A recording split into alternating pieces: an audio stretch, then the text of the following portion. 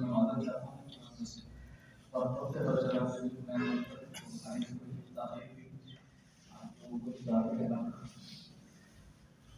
نحمده ونصلي على رسوله الكريم أما بعد أعوذ بالله من الشيطان الرجيم بسم الله الرحمن الرحيم يا أيها الذين آمنوا هل أدلكم على تجارة تنجيكم من عذاب أليم تؤمنون بالله ورسوله وتجاهدون في سبيل الله بأموالكم وأنفسكم ذلكم خير لكم إن كنتم تعلمون وقال الله تبارك وتعالى يا أيها الذين آمنوا قوا أنفسكم وأهليكم نارا صدق الله العظيم رب اشرح لي صدري ويسر لي أمري واحلل عقدة من لساني يفقهوا قولي واجعل لي وزيرا من أهلي اللهم ألهمنا رشدنا وأعذنا من شرور أنفسنا اللهم أرنا الحق حقا وارزقنا اتباعه وأرنا الباطل باطلا وارزقنا اجتنابه آمين يا رب العالمين.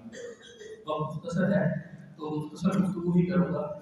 آپ کے سامنے اکثر میرے موضوعات کا جو بات ہوتی ہے آپ کے سامنے رکھتا ہوں اس کا جو موضوع خاص ہوتا ہے وہ ہوتا ہے گھر. اچھا گھر کی ایک ڈائمنشن اکثر دیکھ رہے ہوتے ہیں کہ دیکھو گھر کی محبت تمہیں اللہ کی نافرمانی پر مجبور نہ کرے, بیوی کی محبت, بچے کی محبت, کاروبار کی محبت اللہ کی نافرمانی پر مجبور نہ کرے. یہ اکثر میرا موضوع رہا ہے. اچھا آج یہ اس کی اور ڈائمنشن کو ہم دیکھنے کی کوشش کرتے ہیں.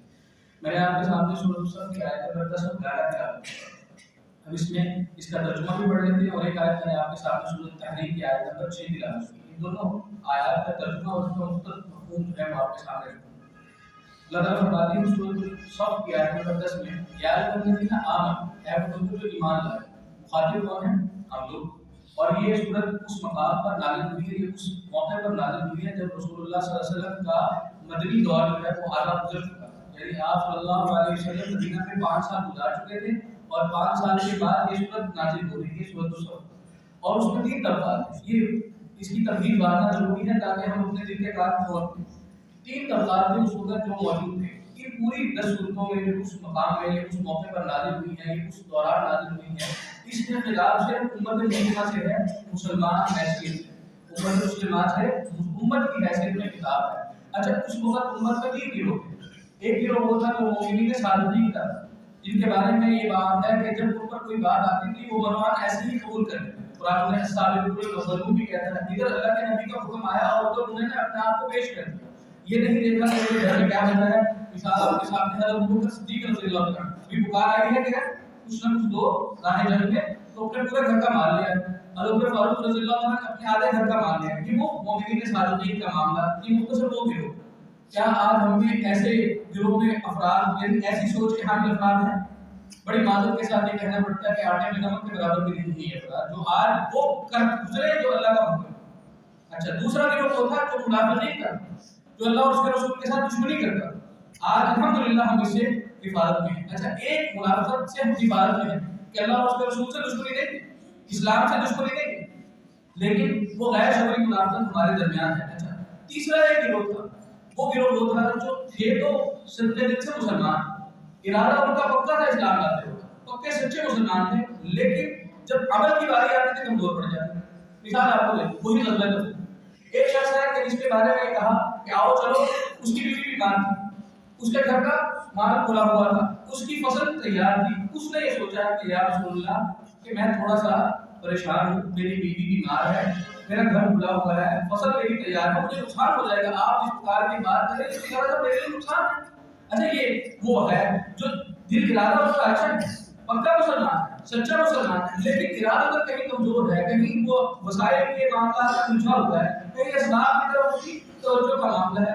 اور ایک وہ بھی شخص ہوگا کہ جس کی بیوی بھی بیمار ہوگی, اس کی فصل بھی پکی ہوئی ہوگی, اس کا گھر بھی کھلا ہوا ہوگا, لیکن اس کا جواب کیا ہے؟ اس نے اپنے دل کو کیسے سمجھایا ہوگا؟ اس نے یہ کہا ہوگا میں یہاں رہوں یا نہ رہوں, میرا کاروبار نقصان میں جا سکتا ہے اگر اللہ چاہے. میں یہاں رہوں یا نہ رہوں, میری بیوی کو اگر موت آتی ہے تو میرے یہاں رہنے سے کوئی فرق نہیں پڑے گا, میرے جانے سے بھی کوئی فرق نہیں پڑے گا. میں یہاں رہوں یا نہ رہوں, میں جنگ پر جاؤں, میرا کاروبار ٹوٹ جائے, میرا گھر برباد ہو جائے, اللہ اس پر قادر ہے, میں نے اس پر کوئی زیادہ رہ کر بھی نہیں بچا سکتا. یہ وہ پکے سچے مومن کا طرز عمل اور ایک وہ کمزور ارادے والے مسلمان کا طرز عمل. آج ہم سب اس کیٹیگری میں فال کرتے ہیں. ہمارا ارادہ تو مضبوط ہے, روز تحیہ کرتے ہیں, ہم جھوٹ نہیں بولیں گے، روز تہیہ کرتے ہیں اللہ کے نبی کی بات مانیں گے، اب سنت پر عمل کریں گے، لیکن قرارت کہیں ہم کمزور پڑ جاتے ہیں۔ ایسے افراد کو اللہ تعالیٰ نے اس صورت میں خاص مخاطب فرمایا ہے اور بڑی ڈانٹ کا انداز۔ کہیں فرمایا یا ایھا الذین آمنوا لم تقولون ما لا تفعلون، اے وہ ایمان والو، اے ایمان کے دعوے دارو، ذرا بتاؤ وہ کیوں کرتے نہیں ہو جو تم کہتے ہو زبان سے، تمہارے قول و فعل میں تضاد کیوں؟ کہیں اللہ فرما رہے ہیں وما لکم لا تؤمنون الا باللہ، تمہیں کیا ہو گیا کہ تم اللہ پر ایمان نہیں لاتے، وما لکم الا تنفقوا فی سبیل اللہ، تمہیں کیا ہو گیا کہ تم اللہ کی راہ میں خرچ نہیں کرتے۔ ایسے انداز میں الم یأن للذین آمنوا ان تخشع قلوبهم، کیا تم پر ابھی بھی وہ وقت نہیں آیا کہ تمہارے دل ڈر جائیں، اور کتنے زلزلوں کا انتظار ہے اور کتنی آندھیوں کا تمہیں انتظار، یہ ڈرانے کا انداز ان صورتوں میں ملے گا۔ اب تم نے یہ کیا ہے ہمارا یا ایھا الذین آمنوا، اے وہ لوگوں جو ایمان کے دعوے دار ہیں، هل ادلکم علی تجارۃ تنجیکم من عذاب الیم، کیا ہم تمہیں ایسی تجارت نہ بتائیں جو تمہیں عذاب الیم سے بچائے، ایسا سودا نہ بتائیں اس ہاتھ لے اس ہاتھ لے عذاب الیم سے تم بچاؤ، اس دردناک عذاب سے بچاؤ، اس المناک اس شرمندگی والے عذاب سے تم بچاؤ۔ کن سے مخاطبت ہے؟ ایمان والے، وہ جو ایمان کے دعوے دار ہیں۔ اچھا اگر اس بات پر راضی ہو گئے ہو کہ تمہیں یہ سودا منظور ہے، اس سودے کی طرف تمہارا انٹرسٹ ہے، تو سن لو پھر اس سودے میں تمہیں کرنا کیا ہے۔ تؤمنون باللہ ورسولہ، ایمان لاؤ اللہ اور اس کے رسول۔ اب ایمان والوں میں کیسا مقابلہ، یعنی ایمان والوں سے کہا جائے گا ایمان لاؤ، یہ کیسا معاملہ ہے؟ یعنی ایمان تمہارا کمزور ہے، تم کمزور ایمان والے ہو، لہذا اپنے ایمان کو پختہ کر لو۔ تم اللہ کو مانتے ہو، بات ہے یا ایھا الذین آمنوا، اس لیے کہا اللہ کو مانتے ہو، تم آخرت کو مانتے ہو، یا ایھا الذین آمنوا اس لیے کہا، تم رسول اللہ صلی اللہ علیہ وسلم کو رسول مانتے ہو، تمہیں یا ایھا الذین آمنوا اس لیے کہا، لیکن تم اللہ کے نہیں مانتے، تم رسول کے نہیں مانتے، تم آخرت کے مطابق اپنا عمل سیدھا نہیں کرتے، لہذا تؤمنون باللہ ورسولہ، اپنے اللہ کی بھی مانو اور اپنے رسول کی بھی مانو۔ یہ چھوٹا سا ٹکڑا میرا آج کا موضوع ہے۔ اچھا ایک ہم سے جو موضوع ہے، یعنی ہم سے جو مخاطبت ہے اللہ سبحانہ وتعالیٰ کی بحیثیت والد ہے، بحیثیت گھرانے کے سربراہ، اب ہم سارے یہاں جو بیٹھے ہیں وہ کسی نہ کسی حیثیت میں اپنے گھر کا سربراہ ہے، اپنے گھر کا مالک ہے، اپنے گھر کا مختار ہے، اپنے گھر کا چلانے والا ہے، اپنے گھر کا بادشاہ ہے۔ ہر کوئی جو ہے وہ اپنی مرضی سے اپنا گھر چلا رہا ہے۔ مجھ سے کیا مطلوب ہے اللہ سبحانہ وتعالیٰ، یا ایھا الذین آمنوا، پھر بات اے وہ لوگوں جو ایمان لائے ہو، جن کا دعویٰ ہے کہ میں اللہ کو ماننے والا ہوں، جن کا دعویٰ ہے کہ میں اللہ کے رسول کو ماننے والا ہوں، سن لو تمہارا ایک فرض ہے بحیثیت ذمہ دار گھرانہ، سربراہ گھرانہ، او انفسکم واہلیکم نارا، بچاؤ اپنے آپ کو بھی اپنے اہل خانہ کو بھی جہنم کی آگ سے۔ یہ ہے اکیلا تمہارا زندگی کا مقصد، تمہارے گھر بنانے کا، تمہارے گھر کے سربراہ ہونے کا اکیلا مقصد یہ ہے کہ اپنے آپ کو بھی آگ سے بچانا ہے اور اپنے اہل خانہ کو بھی آگ سے بچانا ہے۔ اور کیسے بچانا ہے؟ پہلے تو میں نے اپنی فکر کرنی، مجھ پر نماز پڑھنے سے، تبلیغ ادا کرنے سے، کسی کو نیکی کی دعوت دینے سے، کسی کو برائی سے روکنے سے سب سے پہلے میری خود کی ضرورت ہے، یہ میری ضرورت ہے، میں بچانا ہے اس بات سے۔ کیوں؟ اللہ نے قرآن میں فرمایا یا ایھا الذین آمنوا علیکم انفسکم، اے وہ لوگوں جو ایمان لائے ہو تم پر صرف تمہاری ذمہ داری۔ اب اسے کچھ لوگوں نے یہ خیال کیا کہ شاید تبلیغ کی کوئی ذمہ داری نہیں ہے، تو اوپر میری ذمہ داری ہے۔ اس پر حضرت ابوبکر صدیق رضی اللہ عنہ نے فرمایا تم اس بات کی غلط انٹرپریٹیشن کر رہے ہو، غلط اس کی تشریح کر رہے ہو، اس کا یہ مطلب نہیں، اس کا یہ مطلب ہے کہ تم نے اپنی بات پہنچا دینی ہے، اپنی دعوت پہنچا دینی ہے، اپنے قول سے عمل سے گواہی دے دینی ہے، اب کوئی مانے یا نہ مانے۔ مانا تو رسول کا بیٹا بھی نہیں، حضرت علیہ السلام کے بیٹے کی مثال، مانی تو قوم حضرت علیہ السلام کی بیوی بھی نہیں، یعنی مانے تو آپ صلی اللہ علیہ وسلم کا سگا چچا وہ بھی نہیں مانا تھا۔ آپ کا کام صرف بات پہنچا دینا ہے، آپ نے بات پہنچا دی، آپ نے حجت قائم کر دی، اب آپ کو اللہ تعالیٰ نے اپنی اس آگ سے بچا دیا۔ اچھا دوسرا معاملہ کیا ہے؟ میں کمرے میں سوتا ہوں، میرے ہی بستر پر میری بیوی لیٹتی ہے، وہ میری بیوی آگ کے راستے پر چل رہی ہو، وہ آگ سے ہاتھ میں کھیل رہی ہو، اور میں سوچوں کہ یار یہ آگ سے کھیلتی ہے، مجھے کوئی پرواہ نہیں۔ وہ آگ ایک دن بستر میں لیٹی ہوئی میرے ساتھ، وہ آگ ایک دن کیسے نہیں میرے پاس آئے، وہ آگ کیوں نہیں ایک دن مجھے متاثر کرے گی۔ اچھا یہ تو ایک بستر کی مثال ہوگی، میرا بچہ میرے ایک کمرے میں ساتھ لیٹا ہے، چلے نہیں کمرے کی بات نہ کریں، ساتھ والے کمرے میں ساتھ لیٹا ہے، وہ آگ سے کھیل رہا ہو، وہ آگ کا انگارہ ہاتھ میں لیے بیٹھا ہو، وہ آگ کا الاؤ روشن کر کے بیٹھا ہو، مجھے یہ توقع نہیں کہ وہ آگ مجھ تک آئے گی، تو میں نے پہلے کیا کرنا ہے، اپنے آپ کو تو میں نے بچا لیا، یہ کمرہ تو میں نے محفوظ کر لیا، اب میں نے اس آگ والے کمرے میں جلتی ہوئی آگ کو بھی کیا کرنا ہے، بجھانا ہے۔ اور وہ آگ کیا ہے اصل میں؟ وہ اللہ اور اس کے رسول کی نافرمانی کی آگ، وہ آپ اسے کوئی بھی نام دے دیجیے، کوئی بھی نام دے دیجیے، اصلاً وہ اللہ اور اس کے رسول کی نافرمانی کی آگ ہے۔ اچھا یہ تو گھر کی مثال ہو گئی، میرے ساتھ والے گھر میں آگ لگی ہو، میں تو فوراً فون کرتا ہوں کس کو، فائر بریگیڈ کو، کہ بجھاؤ یہ آگ، تو کہیں میرے گھر میں نہ آ جائے۔ اور میرے ساتھ والے گھر میں آ کر کفر کی آگ جل رہی ہو، الحاد کی آگ جل رہی ہو، نافرمانی کی آگ جل رہی ہو، مادہ پرستی کی آگ جل رہی ہو، میری ذمہ داری نہیں بنتی کہ میں آپ کو بجاؤں، میری ذمہ داری بنتی ہے کہ میں آپ کو بجاؤں. اگر اس کو بجاؤں گا تو میں اپنی حفاظت کر پاؤں گا. یہ ہے مجھ سے واحد مطلوب اللہ سبحانہ و تعالیٰ کا بحیثیت سربراہ گرانا. اپنے آپ کو بچانا ہے جہنم کی آگ سے اور اپنے اہل خانہ کو. اچھا اس سارے بچانے میں اسوہ کیا ہے؟ لقد کان لکم فی رسول اللہ اسوۃ حسنہ. اے مومنو تمہارے لیے بہترین نمونہ کیا ہے؟ رسول اللہ صلی اللہ علیہ وسلم کی ذات. ابھی ہم نے بات کی تھی نا کہ ایمان والوں سے مخاطبت ہے کہ اللہ کو مانو، اللہ کی مانو، اللہ کے رسول کو مانو، اللہ کے رسول کی مانو. اللہ کے رسول کی ماننے سے کیا ہوتا ہے؟ جو شخص آج رسول اللہ صلی اللہ علیہ وسلم کو کامل اسوہ نہیں مانتا، انہیں آئیڈیل نہیں مانتا، انہیں نصب العین کے طور پر ان کو آج اپنا آدرش نہیں مانتا، وہ سمجھ لے کہ وہ آج دھوکے میں تو ایمان نہیں. آج تؤمنون باللہ ورسولہ کا تقاضا یہ ہے کہ اللہ کے رسول صلی اللہ علیہ وسلم کے اسوہ کاملہ کو اپنے لیے بہترین اسوہ جانیں، بہترین آئیڈیل جانیں. آج میرے لیے سب سے زیادہ آئیڈیل کون ہو سکتے ہیں؟ وہ رسول اللہ صلی اللہ علیہ وسلم کی ذات. اچھا ایک اور اینگل سے دیکھ لیتے ہیں. آج کوئی شخص یہ کہہ سکتا ہے کہ میں رسول اللہ صلی اللہ علیہ وسلم کے جیسا بن سکتا ہوں؟ کوئی کہہ سکتا ہے؟ کوئی دعویٰ کر سکتا ہے؟ کوئی بن ہی نہیں سکتا، بن ہی نہیں سکتا. ان کی ذات سراپا معجزہ. لیکن کیا اس سے مطالبہ یہ نہیں کہ وہ رسول اللہ صلی اللہ علیہ وسلم جیسا بن جائے؟ بن نہیں سکتا. یہی تو امتحان. بچہ جب امتحان میں ابھی پہلی کلاس میں آگے بیٹھتا ہے، آپ اسے فوراً کہتے ہیں کہ اس کتابوں کے امتحان دے دو، اس کتابوں کا جو ہے مجھے نچوڑ بیان کر دو. وہ کہتا ہے میں تو یہ نہیں کر سکتا، یہ تو میرے ممکن ہی نہیں ہے. ایک بچہ جو میڈیکل کرتا ہے، جو ایم بی بی ایس بنتا ہے، ڈاکٹر بنتا ہے، آپ اس سے پہلے سال میں پوچھیں اس کا امتحان دو جو چوتھے سال میں کتاب ہے، وہ کہے گا نہیں میں تو نہیں دے سکتا، یہ تو ناممکن ہے میرے لیے. لیکن کرنا اسے کیا ہوتا ہے؟ کرنا اسے وہی ہوتا ہے، اسی کی تیاری کرنی ہوتی ہے، وہی امتحان اسے دینا ہوتا ہے تاکہ وہ پاس ہو جائے. ہم سے مطلوب بھی یہی ہے. سامنے وہ آئیڈیل، وہ نمونہ، وہ نصب العین سامنے ہے کہ رسول اللہ صلی اللہ علیہ وسلم کے جیسا بننا ہے. بن نہیں سکے گے، لیکن اپنی کامل کوشش جو کرے گا، جس قدر کوشش کرے گا، جس حیثیت پہ کوشش کرے گا، اسی کے مطابق اس کی جزا سزا کا معاملہ ہوگا. یہ ہم سے مطلوب ہے کہ ہم نے کوشش کرنی ہے. اب ذرا آ جائیے آپ صلی اللہ علیہ وسلم کی اسوے کی کچھ جھلکیاں ہم دیکھ لیتے ہیں تاکہ ہمیں پتہ چلے ہم اپنے گھرانوں کو کیسے چلا رہے ہیں. ابھی تو بڑی سخت بات کی نا، بچاؤ اپنے آپ کو اہل خانہ کو جہنم کی آگ سے. قرآن کہتا ہے ایسے میں جو تمہاری بیویاں، جو تمہارے بچے، ان میں سے کچھ تمہارے دشمن بن جائیں تو کیا کرنا ہے؟ لٹ لے کر ان کے پیچھے پڑ جانا، گھر میں فساد ڈال دینا. قرآن کا جو یہ بیان ہے، قرآن کہتا ہے وَإِن تَعْفُوا وَتَصْفَحُوا وَتَغْفِرُوا. اگر تم معاف کر دو، اگر تم ذرا درگزر کر دو، اگر ذرا تم چشم پوشی کر دو تو اللہ بھی غفور رحیم. اب یہ رسول اللہ صلی اللہ علیہ وسلم کا گھرانہ کیسا تھا؟ آپ صلی اللہ علیہ وسلم نے اپنے گھرانے کی کس طرح تربیت کی تھی؟ چھوٹی سی ایک دو مثالیں آپ کے سامنے رکھی. نبوت سے پہلے جب آپ صلی اللہ علیہ وسلم کا نبوت کا یعنی وہ آپ مبعوث نہیں ہوئے تھے، اس سے پہلے آپ صلی اللہ علیہ وسلم کا معمول کیا تھا؟ یعنی ایک وقت تو گزارا ہے، اعلیٰ اخلاق پر فائز ہو چکے ہیں، الصادق والامین کا خطاب مل چکا ہے معاشرے سے. ایسے میں آپ صلی اللہ علیہ وسلم جب بہترین اخلاق کے مالک ہو گئے ہیں، پھر زمانے کو دیکھ کے اڑتے تھے، پھر دیکھتے تھے یہ تینوں کا یہ کیا حال ہو گیا ہے اس معاشرے میں. یہ بیواؤں کے کوئی حقوق ہی نہیں، عورتوں کو پاؤں کی جوتی کے برابر سمجھا جاتا، غلاموں کو تو انسان ہی نہیں سمجھا جاتا. آج ان جیسا کوئی معاملہ نہیں ہے. اس وقت اگر کوئی کسی غلام کو اپنے کو قتل کر دے، اس کو کھانے کو نہ دے، کچھ بھی کر دے، اس کی گردن اڑا دے، وہ حق بجانے کا مطلب اس کا مالک ہے، اس کا مختار ہے. آج تو ہم اپنی بکری کو بھی اگر غلط طریقے سے ذبح کرتے ہیں تو 100 طرح کا وبیلہ کرنے والے آ جائیں گے. لہٰذا اس طرح غلاموں کا تصور تو ہم کر ہی نہیں سکتے. یہ غلاموں کے حقوق یہ کس طرح پامال ہو رہے ہیں. عورتوں کا کوئی پرسان حال نہیں ہے، یتیموں کا کوئی بات یعنی اس کا کوئی پوچھنے والا نہیں. ان سارے حالات میں آپ صلی اللہ علیہ وسلم سوچ بچار کے لیے نظام کیسے بنتے ہیں.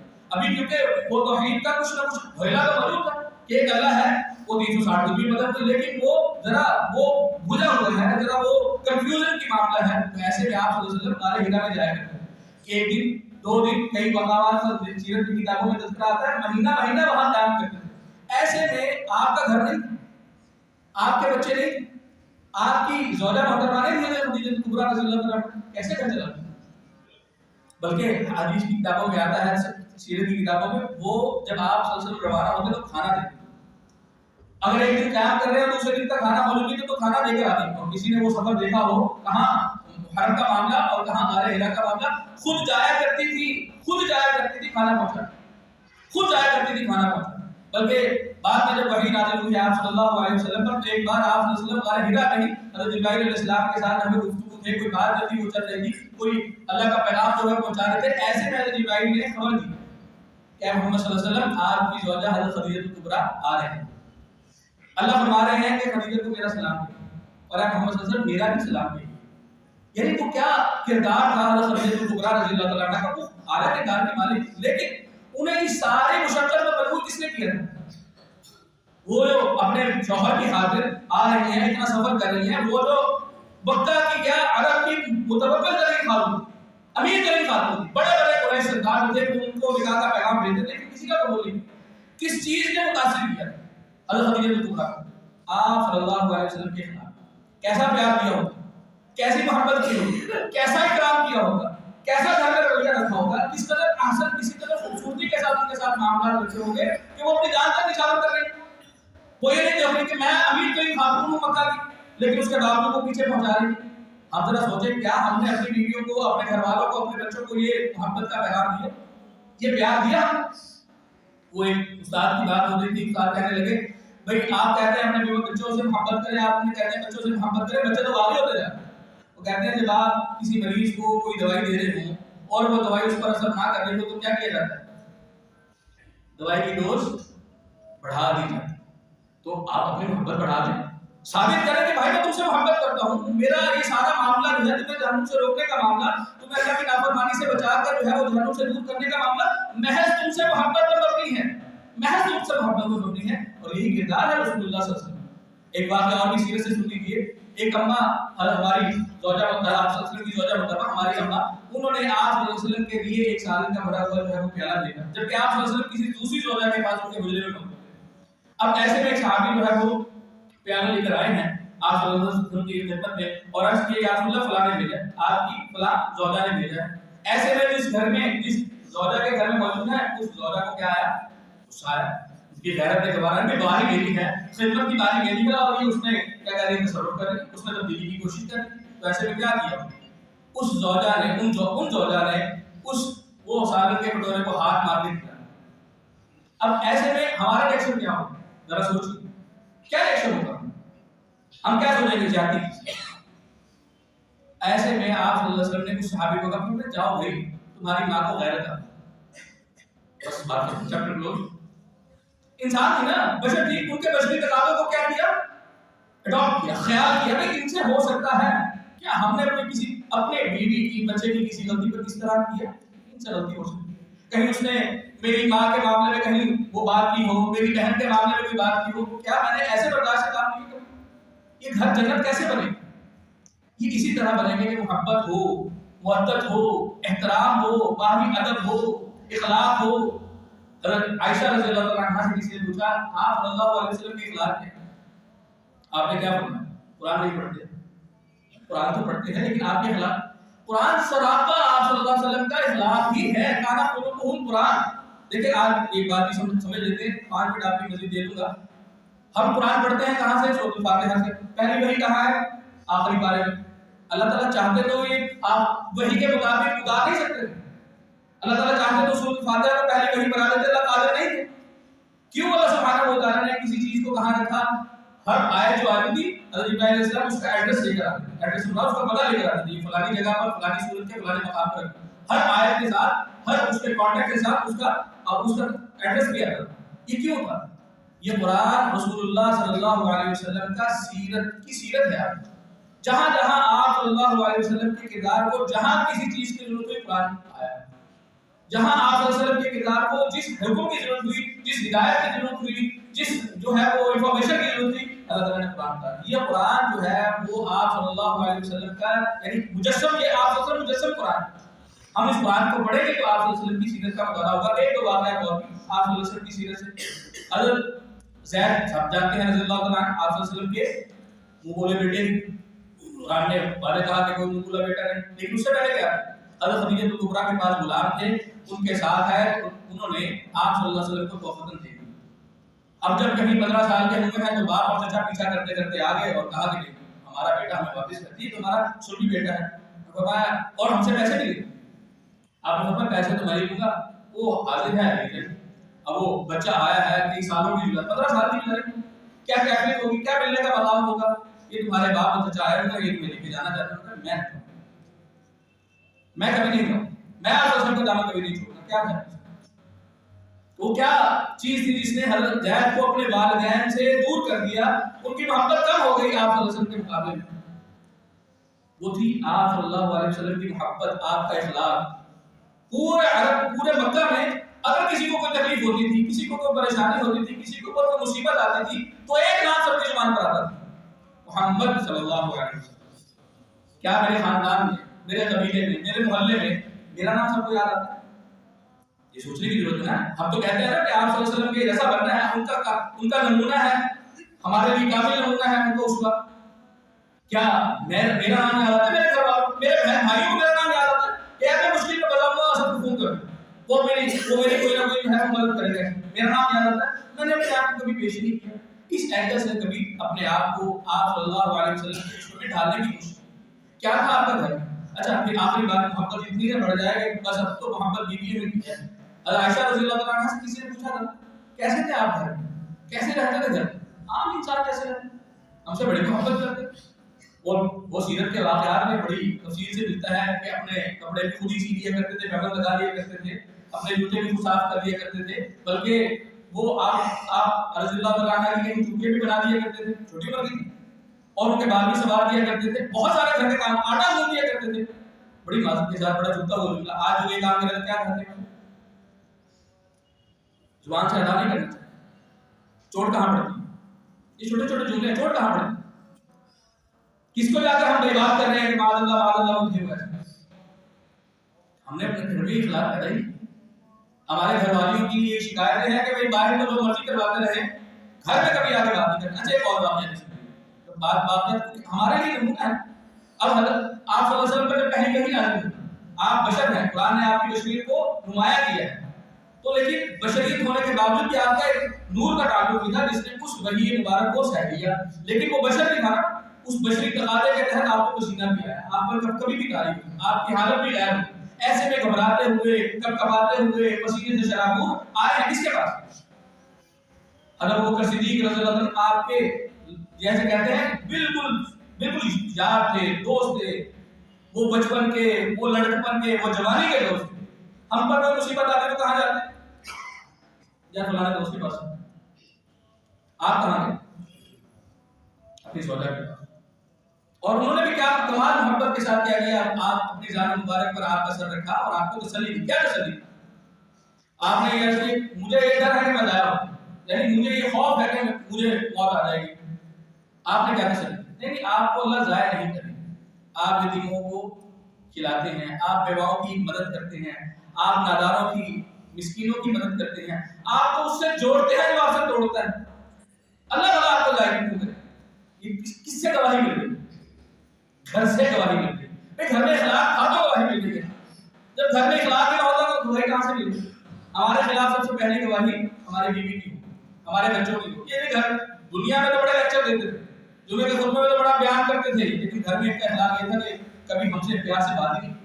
یہ ہمارا اخلاق ہوگا. اللہ تعالیٰ ہمیں عمل کی توفیق عطا فرمائے. اور یہ یاد کر لیجیے کہ ہمارا آج بچوں کو اپنے جو اس معاشرے کے رحم و کرم پر چھوڑ دینا، یہ سراسر ان سے نفرت ہے. اس سراسر اس موجودہ تعلیمی نظام کے ہاتھ ان کو چڑھا دینا، یہ ہم ان سے نفرت کر رہے ہیں، کوئی محبت نہیں کر رہے. ہم نے ان کا خیال رکھنا ہے، ہم ان کی تربیت کا اہتمام کرنا ہے. دو واقعات آپ کے سامنے رکھوں گا، اس کے بعد بات مکمل کروں گا. آج میرے سر میں درد ہو جائے تو میں کیا کہوں؟ آپ کو بتاؤں میرے سر میں درد ہے، آپ کیا کہیں؟ کیا جواب ہوگا؟ آپ صاحب اسپرین لے لیں، پیراڈول لے لیں، یہ دوائی لے رہی ہے، دوائی آج کل نہیں مارکیٹ میں، یہ لے لیں. میرے سر میں درد تھا، میرے خیال میں آپ کے، یعنی آپ نے پوچھا تو میں نے یہ جواب دیا اسپرین لے لیں. میرے ذہن میں خیال کیوں نہیں آیا کہ میں آپ کو کہوں بھائی سورۃ الفاتحہ کا دم کرو؟ میرے ذہن میں یہ خیال کیوں نہیں آیا کہ فلانی دعا اپنے اوپر، سر کے اوپر پڑھ لو، درود شریف پڑھ لو، قرآن کی آیت پڑھ لو؟ کیوں نہیں آتا میرے ذہن میں؟ یہ کیوں نہیں آتا؟ یہ اس لیے نہیں آتا ہم مادہ پرست، کجا دیندار، کجا بھی دنیا دار، سب مادہ پرست. ہمیں خیال ہی نہیں. رسول اللہ صلی اللہ علیہ وسلم تو یہ فرمایا کرتے تھے کہ تمہارے جوتے کا قصبہ بھی ٹوٹ جائے تو اللہ سے مانگو، نمک بھی ختم ہو جائے تو اللہ سے مانگو. اور میرا معاملہ کیا ہے کہ میں تو ہر چیز کو آج جوڑے بیٹھا ہوں دنیا کے ساتھ. اللہ تعالیٰ ہمیں جو باتیں ٹوٹی پھوٹی ہوئی ہیں انہیں سمجھنے اور عمل کرنے کی توفیق عطا فرمائے. اقول قولی ھذا واستغفر اللہ لي ولكم ولسائر المسلمين.